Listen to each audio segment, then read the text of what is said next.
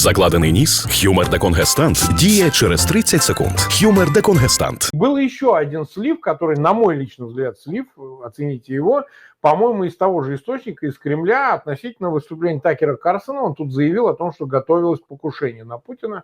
Значит, и это еще при байденовской администрации, якобы Блинкен имел к этому отношение. Но про Такера Карлсона вообще все известно, да, ну, персонаж понятно какой. Вот, если оценить это, что это действительно, ну, вот такие ИПСО Кремля, потому что он и мирный план уже они вот тут запускали в Украине, и вот и через Рейтерс. Я так оцениваю. Я еще раз хочу говорить, это мне так кажется, что это Кремль делает для того, чтобы, с одной стороны, внести больше хаоса, а с другой как-то попытаться изобразить себя в качестве меньшего зла. Такого, что, в принципе, нас и убить вон хотели, и заморить, и экономика у нас трещит. Мы вот тут вообще такие, не надо нового оружия давать Украине. Вот не надо, пожалуйста. И новых санкций не надо, мы уже вот цель всей своего выполнили. Приблизительно вот в эту сторону, мне кажется, это все направлено. Что бы вы сказали? Знаете, вот прямо напрашивается формула. Нас с тобой убить хотели. Да. Мы с тобой, можно сказать, побратимы. Да, ну имеется в виду Трамп, что ему ухо чуть не отстрелили. Да, и мне почти что-то не отстрелили. И они же, эти люди, у тебя выборы украли, и меня хотели застрелить, и тебе ухо прострелили. И потом выяснится, что вот какой-то там свояк, брат и так далее, того, кто стрелял в Трампа, когда-то собирался в Россию съездить, он же и на Путина собирался. В общем, видишь, мы с тобой вдвоем против всего. На самом деле, конечно, все это делается ради достижения одной цели. Ради достижения прямых переговоров Путина и Трампа. Да. Трампа и Путина. Путин прекрасно понимает. Трамп любит личные переговоры. Он любит личные переговоры, он любит лично встречаться с руководителями разных стран, самых неудобоваримых, там, да, пример Ким Чен Ына напрашивается в первую голову. Причем, вспомните вот эту манеру, когда там вдруг Трамп берет и делает шаг через границу, оказывается в Северной Корее. И те, в том числе Ким Чен Ын, замирают в священном испуге. А он как ни в чем делает, значит, там прохаживается. И что ты сделаешь? Да, вот он любит прямые переговоры, это его стилистика. Это пункт А. Пункт Б. Путин прекрасно понимает, что в рамках системных переговоров, которые ведутся по линии Госдепа в Соединенных Штатах, по линии Совета Безопасности, по линии выделенного спецпредставителя, ловить ему нечего. Нечего, да, там их не обманешь. Здесь, знаете, здесь дураков в Вашингтоне очень хорошие эксперты. Вот общение, скажем, в Конгрессе всегда оставляет впечатление, что, с одной стороны, ты встречаешь людей, конгрессменов, которые иногда не знают важных вещей, да? Но, с другой стороны, они окружены великолепными экспертами, которые сразу, значит, все это дело приводят в быстрый порядок. Вот, поэтому в рамках системных переговоров шансов нет. Последняя пуля, последний патрон остался у Путина встретиться с Трампом, прочесть ему лекцию в стиле Такера Карлсона, там, как он на 40 секунд говорил, растянул чуть ли не на час, да? Нет, на 1,5 минуты, а растянул на 40 минут. Прочесть ему лекцию, обаять, очаровать, и сказать, ну вот видишь, ну вот как нас с тобой жизнь повязала, обоих убивают, обоих, значит, преследуют, вот давай, значит, все-таки нам-то чего с тобой, вот это вся шушера, ее по боку. Давай, значит, мир поделим, и на этом успокоимся. Ну, еще Китай кусок отломится. Вот все делается ради прямых переговоров. Путин, это вот его последняя надежда, что он сумеет обаять Трампа, снова, как когда-то, можно сказать, обаять Трампа, и что это обаяние превратится в институциональное решение в Соединенных Штатах Америки. Вот в этом, собственно, незамысловатая интрига. Знаете, вот как у апостола Петра было сказано, для Господа 1000 дней как 1 минута, и 1000 минут как он так сказал, 1000 дней как 1 минута, как 1 час, и 1000 часов как 1 день. Так вот, для президента Соединенных Штатов 1 день как 4 года, а 4 года как 1 день. Сейчас, когда он говорил там про 1 день, вот это как 4 года. Вот за 4 года я приведу их за стол переговоров. Но мне торопиться некуда. Мне эти переговоры нужны меньше, чем кому-либо. спокойно подождем, пока вот обе стороны приползут, как приползли к Теодору Рузвельту, Россия и Япония, О, да. просить о заключении мира, за который Теодор Рузвельт и получил Нобелевскую премию. Да, да. Это по итогам начала 20 века, Первая японская война, ну и русско-японская. Просто люди могут путать с Рузвельтом его, он же дядя был, поэтому тут, чтобы люди не А ошибались. я потому и сказал Теодор. Теодор, да. Ну, просто мы быстро не всегда слышим, потом говорят, вот, вы не то говорите, сейчас мы вас научим и так далее. Мы все то знаем, что говорим, поверьте. Хорошо, вот... Простите, Марк Захарович, Да-да-да. для этих придирчивых факт-чекеров я все-таки приведу цитату Давайте, да. Петра точнее. И помните, братья мои, что для Господа 1000 дней, 1000 лет как один день, и один день как 1000 лет. 1000 лет. Ну да, да. Кстати, нам люди написали, что в Конституции Украины она продолжает именоваться Днепропетровской областью, несмотря на то, что город Днепро. Да, ну что ж, раз он пока так называется, мы будем руководствоваться основными документами. Мы сами такие, у нас Екатеринбург и Свердловская область, Ленинградская область, Екатеринбург. Тут, я думаю, причины немножко другие, но осталось так, как есть, поэтому мы, чтобы не ошибаться, так сказать, будем так и говорить. Когда переименуют, тогда будем говорить по-другому. Вот. Я бы сказал вот еще какую вещь, которую бы стоило бы обсудить. Вот сразу после инаугурации Трампа он позвонил Си Цзиньпину. И мы много уже видели таких вот, ну, я бы сказал, реверансов, спокойных реверансов со стороны Трампа в сторону Пекина. После этого с Си Цзиньпином по телефону поговорил Путин. Вот. Ну, есть официальные заявления, релизы этих переговоров. Да, речь шла об урегулировании в Восточной Европе, войны в Украине и так далее. Шла. Насколько Китай, на ваш взгляд, готов пренебречь Москвой и пойти на какое-то большое соглашение с Вашингтоном и по вопросам войны, и, в общем, занять сторону как рычага давления на прекращение, быстрое прекращение конфликта, ну или уместное прекращение в обозримые сроки конфликта, получив что-то взамен, получив что-то, что Вашингтон может Китаю дать, и то, что он ищет от этих отношений. Ну, на поверхности лежит там Тайвань и так далее, хотя на это Трамп не пойдет, но есть много чего еще, и есть некая перспектива обещаний, отношений. То есть, грубо говоря, что важнее Пекину, Москва или Вашингтон? Даже вот в нынешней геополитической ситуации, сложной политической ситуации, в взаимоотношениях, то есть может ли Пекин ради своих интересов, а мы понимаем, что он оказывается прежде всего и в первую очередь только своими интересами, вот многие не до конца это понимают, считают, что Китай вот может ухнуть окончательно в этот союз. А зачем? Я напомню, на Даманском воевали, вообще друг друга резали так, что будь здоров. Только треск стоял, да, не говоря уже про все последующие и Мао годы, ну а потом медленно налаживать сотрудничество при Горбачеве и так далее. Так что проходили разные стадии в 20 веке отношения эти две страны. И вот важно понять, для Китая что важнее. Мы на поверхности видим 200-миллиардный оборот годовой с Россией и 750-800 миллиардный оборот, товарооборот с Вашингтоном. И такой же сопоставимый с Европой. То есть вот что будет делать Китай? Вообще, как бы от него будет часть вопросов зависеть. При том, что я еще раз напомню, что Китай уже по заявлениям ушедшей администрации Байдена вмешивался в 2022 году в вопросы ядерной безопасности и сдерживания Москвы, применения ядерного оружия. И говорил, слышь, ну вот так не надо. Вот то, что это там чуть ли по Украине удар какой-то, будет, не будет, но не надо этого делать, потому что, ну, это уже совсем too much. Вот как вы видите роль Китая в этой ситуации? Ну, во-первых, вы сами ответили на вопрос, кто для него важнее. Для него важнее Китай. Больше того, я скажу так, что для него важнее Си.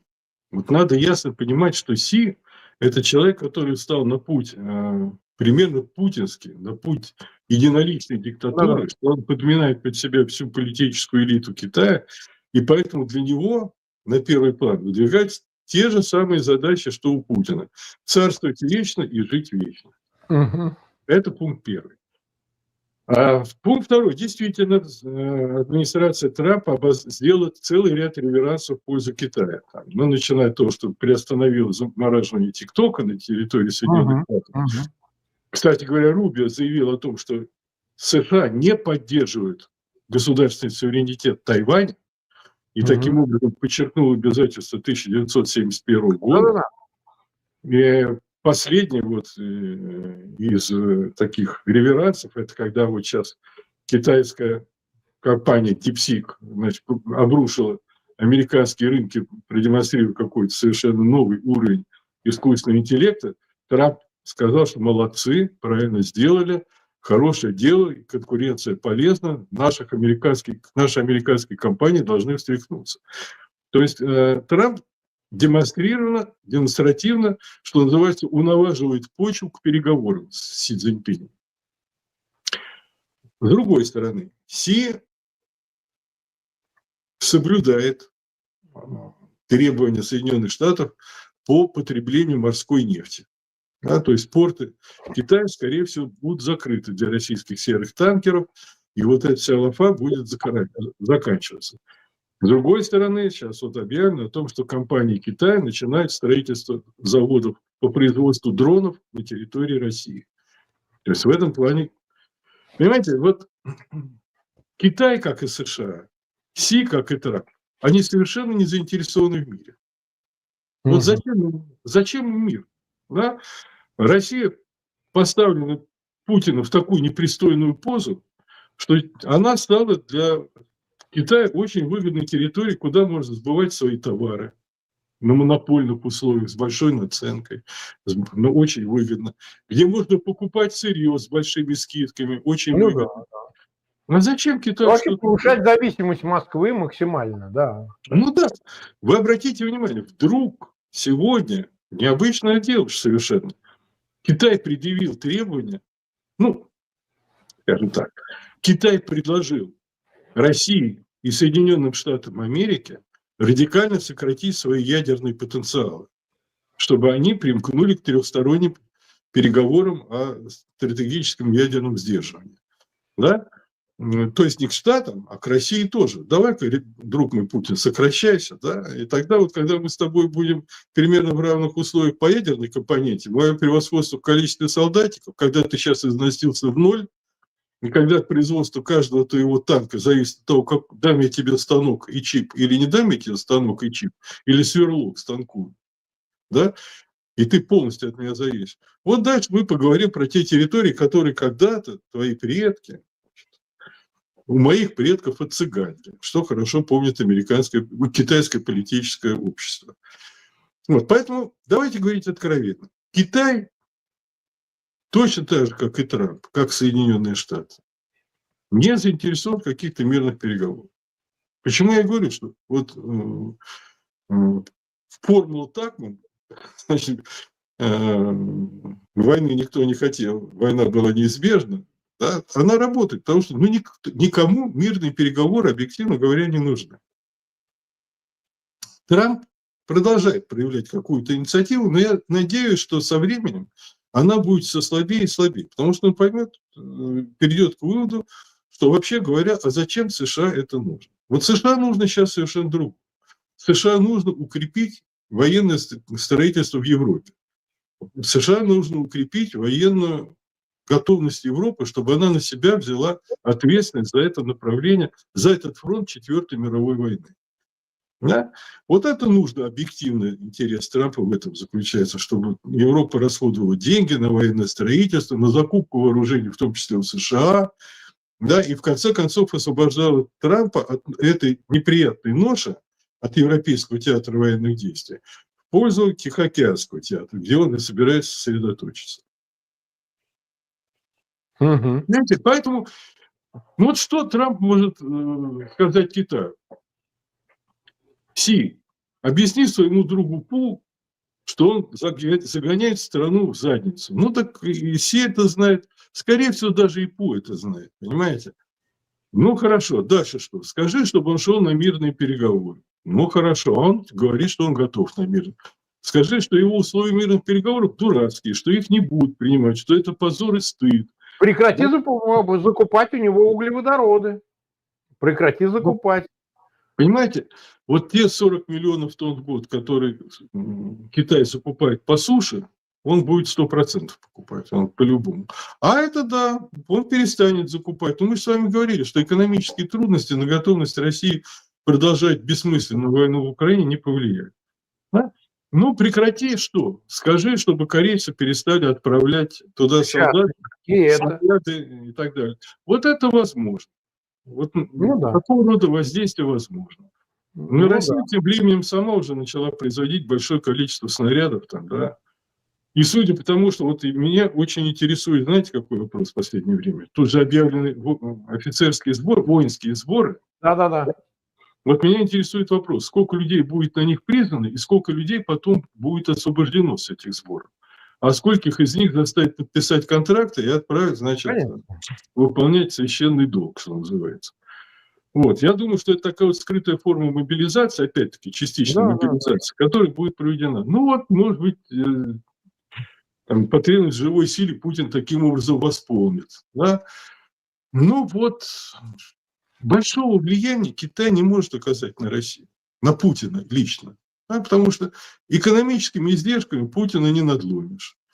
Военный, он сейчас ведет войну такими примитивными способами. Вы же знаете, что там все сводится к тому, что идет пехота в атаку, да? Там кто на самокатах, кто на велосипедах, кто на украденных «Жигулях». Ну и плюс еще дроны летают, вот надо отдать должное, там по дронам, хотя говорят, те, кто ближе знаком с полем боя, говорят, что у Украины в дронах перевес на самом деле на поле боя в настоящее время. Вот. Поэтому, так вот, с этими примитивными способами ведения войны Путина не остановишь, понимаешь? Путина может остановить только военная компонента.